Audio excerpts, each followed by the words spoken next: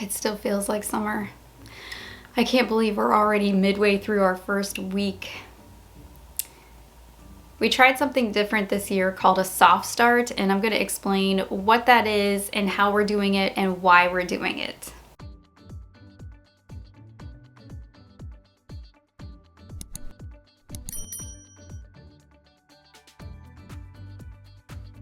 Hey everyone, welcome to my channel. My name is Mandy, the handmade homeschooler, and today we're going to talk about the new beginning of the year schedule that I tried out this year, and so far how it's working, why we're doing it, and why you may want to do it. So this is just kind of like a really chatty friend-to-friend type of video of what we're doing. This is not like a super organized type of thing, but I did kind of want to chat about what we're doing, how we're going into this, and why we're doing it. I might make a more organized blog post around this topic, and when we really hammer out our schedule, I will probably put together some kind of schedule type of video. If you guys would like that, let me know down in the comments if you'd like some kind of schedule type of video, like our homeschool schedule type of thing, and I will put that together for you. But yeah, I did kind of want to just talk about our new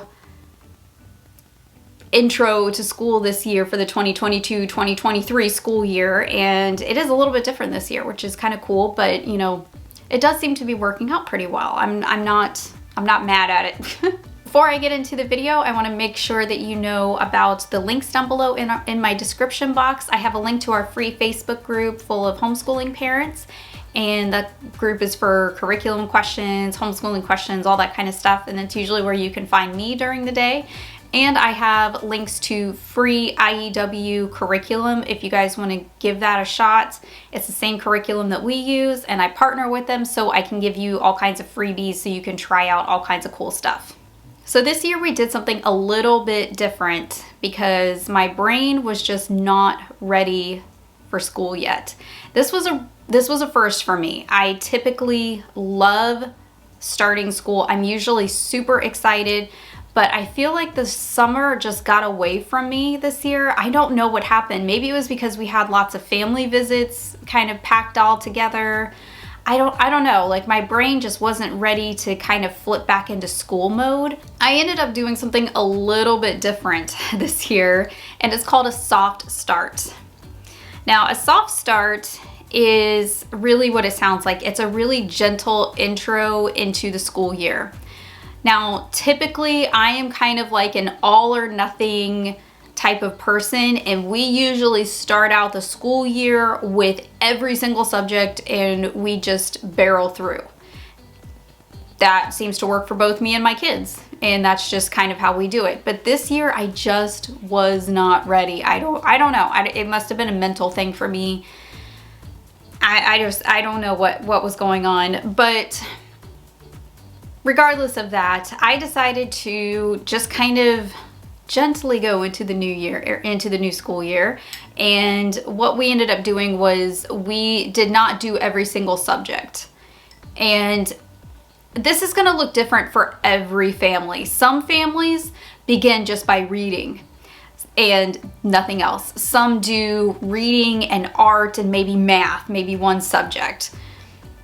We decided to do kind of, I don't know, like I don't want to say a soft start, but maybe like a middle ground start. So my kids started most of their main subjects this week, and actually my 6th grader, because he's not in high school, he doesn't have like all the electives and extra things that my oldest child has. And that's another reason why we did that, but I'll get into that later. So my 6th grader did most of his subjects. He's only missing one core subject right now. Now, my oldest, he's missing 2 core subjects right now, and that's fine. He doesn't need to start those exactly right now. And I was able to figure this out by planning ahead. If you saw my video from about a couple weeks ago where I talked about planning out your start date, this is one of those reasons why I do that, because you can kind of see which subjects you don't have a whole year for. Like maybe your school year needs to be 36 weeks, but that curriculum that you have is only 30 weeks. So you have an extra 6 weeks to kind of play with. So because of that, you can take a couple weeks at the beginning of the year and do a soft start and just not do that subject. You see how that works? It's kind of a cool thing when you plan out your subjects like that.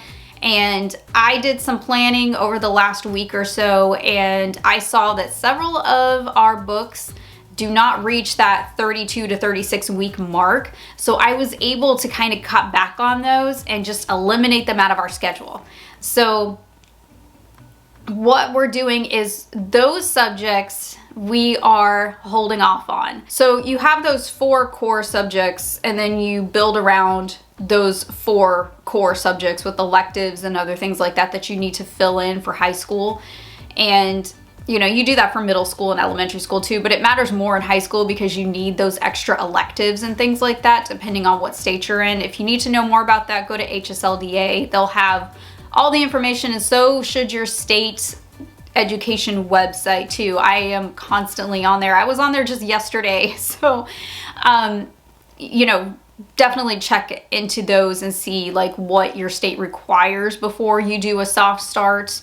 So we really started with literature, teaching the classics. Remember I talked about teaching the classics.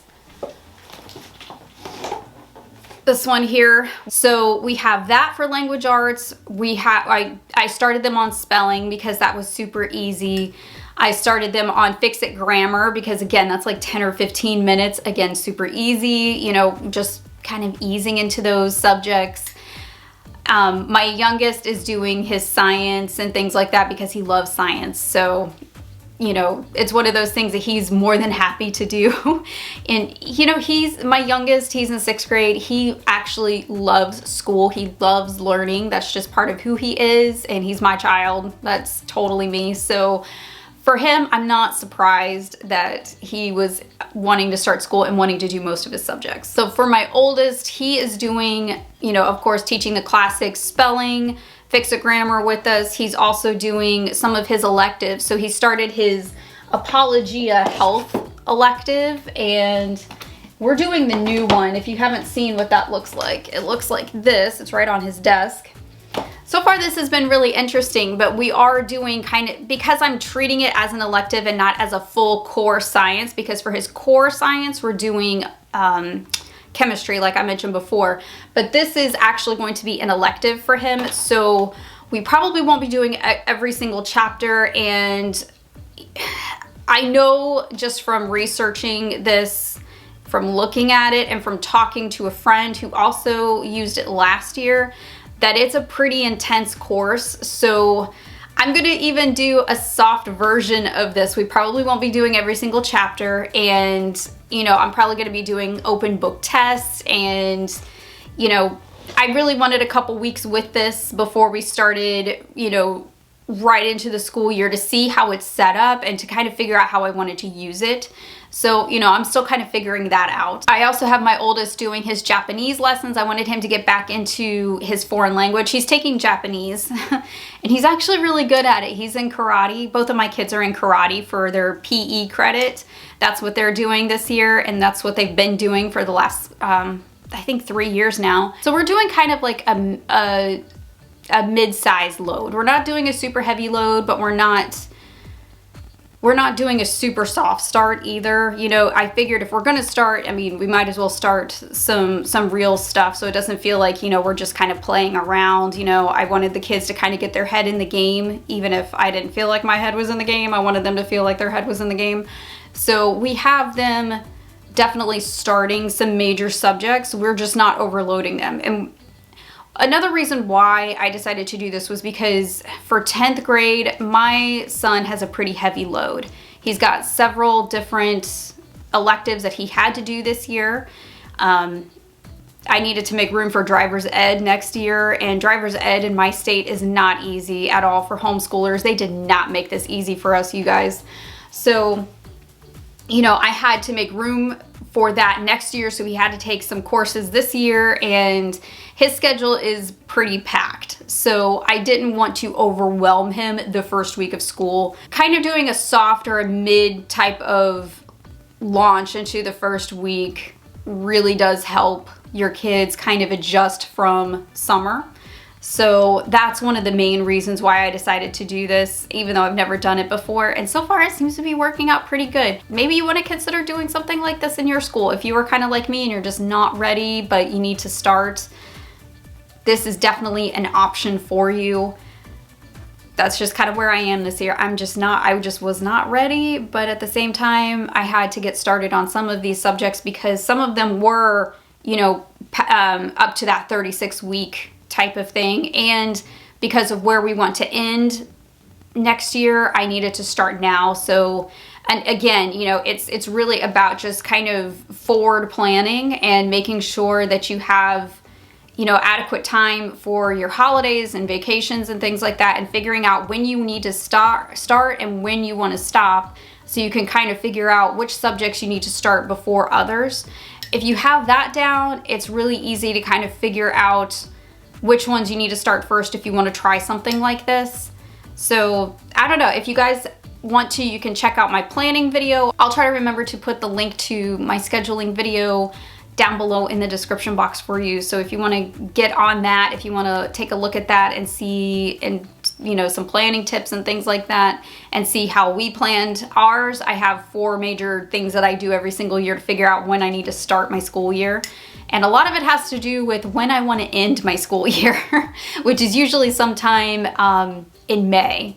Between April and May is when I want to end our school year, because we take our year-end test in April every single year. Okay guys, that's all I have for this one. I hope that you guys enjoyed hanging out with me today, and maybe you want to consider doing something like this in your school. If you were kind of like me and you're just not ready, but you need to start, this is definitely an option for you. All right, I will see you in the next video. I hope you guys have a great rest of your day, and happy homeschooling.